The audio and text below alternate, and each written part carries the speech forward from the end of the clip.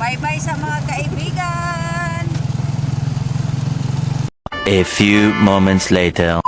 Ug karon mga kaibigan, naabot na gyud mi sa balay sa customer mga kaibigan. Medyo layo-layo man gyud puday ni ang ilaha sa nabunturan mga kaibigan. Highway pa gyud ni siya padulong og sana siya Compostela Bato Montevista di ay.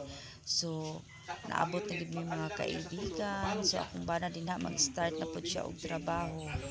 Ana nindot pud kay iha mga bulak mga kaibigan